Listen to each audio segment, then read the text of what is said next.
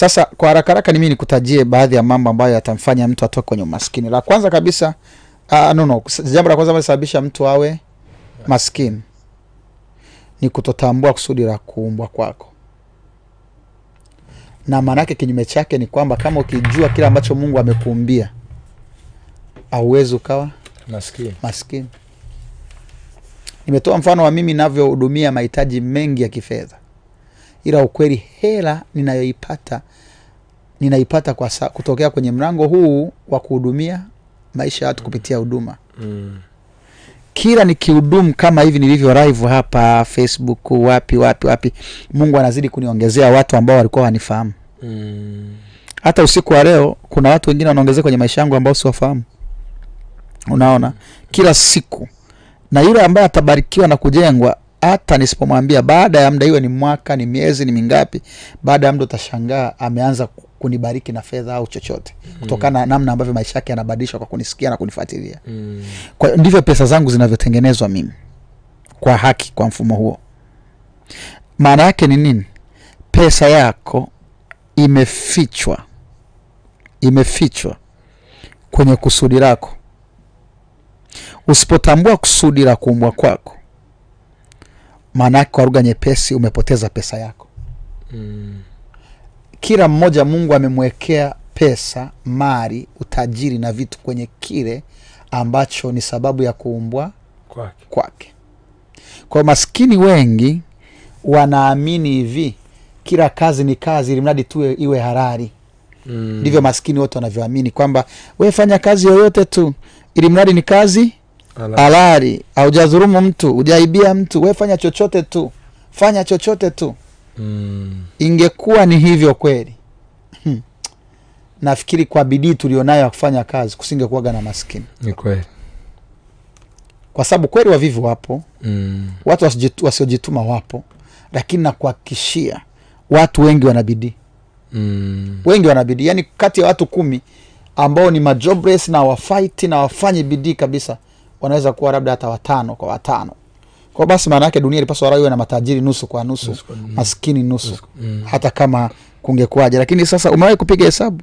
Inasemekana 90% ya utajiri wa dunia unashikiliwa na 10% ya watu duniani.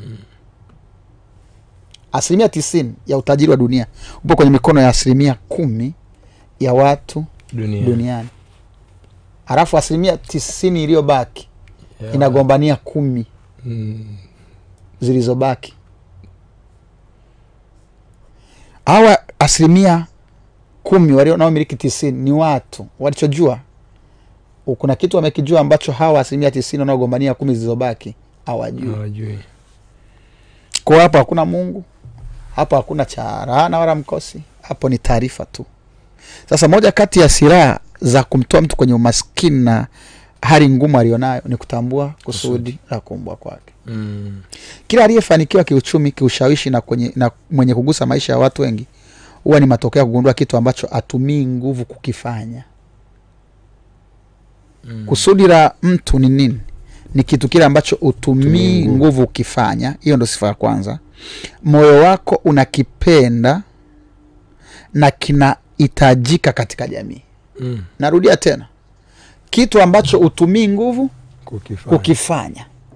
Cha pili, moyo wako unakipenda.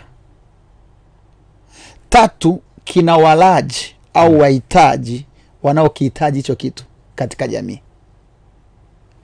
4, ukikifanya unasikia utosherevu na kuridhika. Narudia. Unajuaje kitu kwamba hiki ndio kusudi lako? Cha kwanza, utumii nguvu kukifanya. Kwa mfano mimi hapa nimekuja kwenye kipindi cha redio, sisomi notes zote. Siwezi kusoma zote. Hapana. Mimi nasoma tu vipengele vya lazima peke yake tu.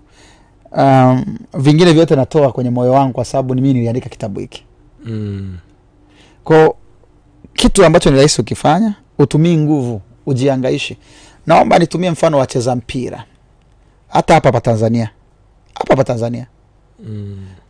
Timu ya soka ya Simba ina wachezaji wengi. Wako wachezaji wa namna mbalimbali mle ndani. lakini kuna mchezaji anaitwa Chama. Yule ndugu Chama atumii nguvu kucheza mpira. Sawa. Yaani mpira ni mwepesi kwake. Pale ambako ulifikiri atalipiga liende huko, unashangaa ametuliza. Maamuzi wako nafikiri kwamba atafanya hivi, anafanya tofauti. Kwa mpira kwa yeye bwana Chama pale ni eneo lake. Kila dirisha la usajili utamsikia anahusishwa na timu nyingine zinamtaka, na Yanga wanamtaka, na Azam wanamtaka, nani.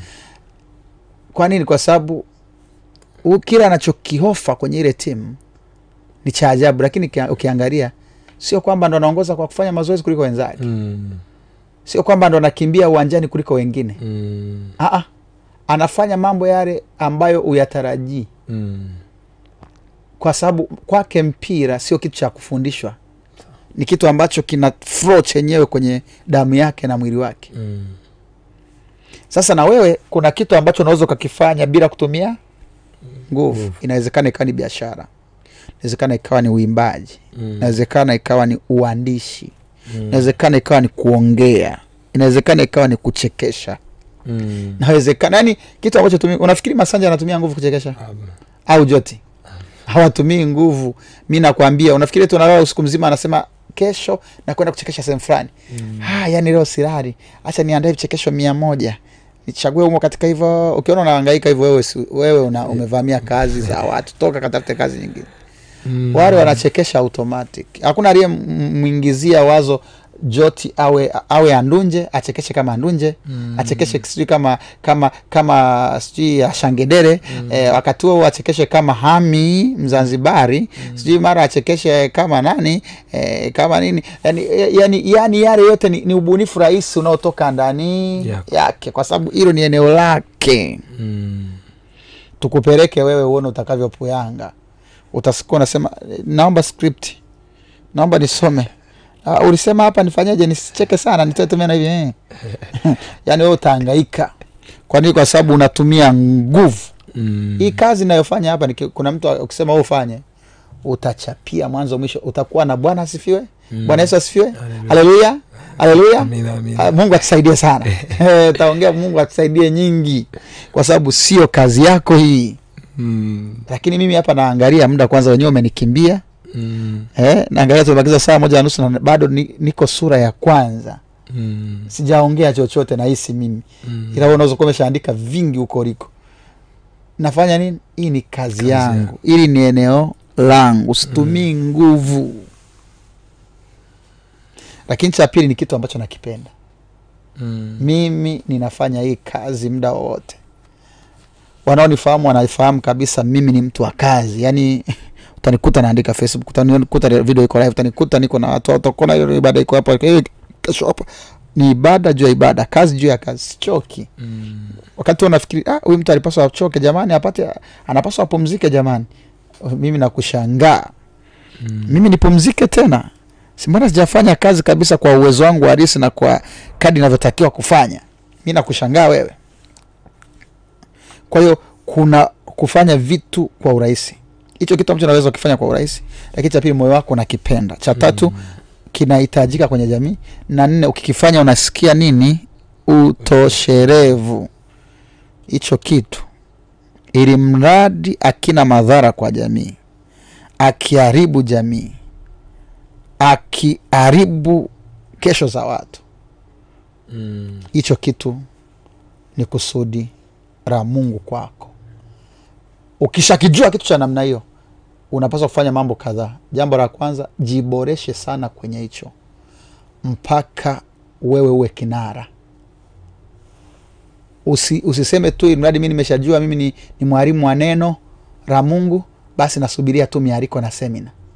Wewe jiboreshe, uwe bora mpaka ifike mahali wakiwa nataja walimu wa kategoria kwako, wahangaiki wanasema tumlete fulani. Ila kama atakosekana ndo tuangalie wengine.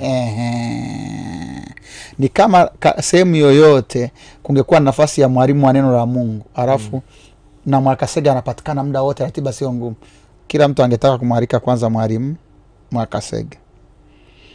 Ikishindikana ndo angeangalia sasa labda Kabigumila au Mnamgisa naye na kwa wema kabisa nasema. Kwa nini? Kwa sababu yule mzee ameshajiestablish kama kiwango kwenye eneo la walimu wa neno. Unanielewa? Ameshajiestablish kwenye hilo eneo. Ni mfano mwingine labda kwenye eneo la hamasa na kushauri watu na kuhamasisha watu. Mtu wa Mungu Joel Nanauka ni kiwango kwa hapa Tanzania. Ameshajitofautisha. Tukija kwenye mambo sijui ya kusherehesha, kuna ma MC ambao wanajua ni MC wazuri tu, ila anaongoza kitchen party na birthday na harusi moja sana, tena kwa shida inabidi ajieleze sana siku hiyo, jamani mkitaka tena huduma msiache kunipigia. Na wakati huo kuna MC mwingine anaongoza tukio la kitaifa, sherehe za uhuru. Yeye ndo anakuwa anaeleza sasa anaingia waziri